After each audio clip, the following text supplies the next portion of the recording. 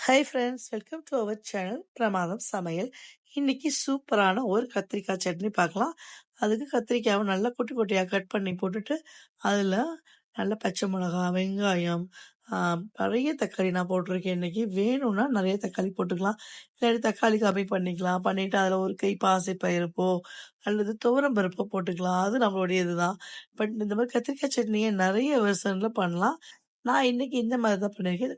தக்காளி நெறைய போட்டுட்டு, அதில பெரிய பெரிய வெங்காயமையும் நல்லா பெருசு பெருசா போட்டு, ஏன்னா நம்ம எல்லாத்தையும் வேக வச்சுட்டு கடைய தான் போறோம். ஸோ, அதனால தேவையான உப்பு போட்டு தண்ணி விட்டு நல்லா குக்கர்ல வச்சு ஒரு 4 டூ 5 விசில் நம்ம வச்சு எடுத்தாச்சுங்க. எடுத்துட்டு நல்லா அத நம்ம கடன்னு கடைஞ்சிரணும்.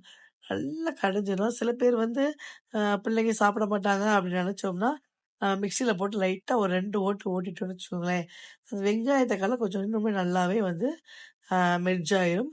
ஸோ, அந்த மாரி நல்லா கடைஞ்சிட்டு, கடுகு, உளுந்தம்பருப்பு, காஞ்ச மிளகா, கருவேப்பிலை, மல்லி, பெருங்காயம் எல்லாம் நல்லா சூப்பரா தாளிச்சு கொட்டிடணுங்க.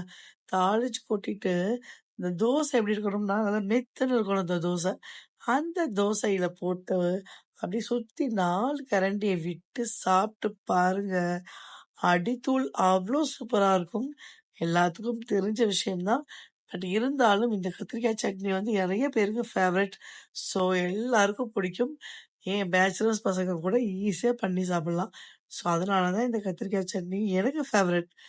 ஸோ கண்டிப்பா இது பிடிக்கும்னு நெனைக்கிறேன். லைக் பண்ணுங்க. Thank you.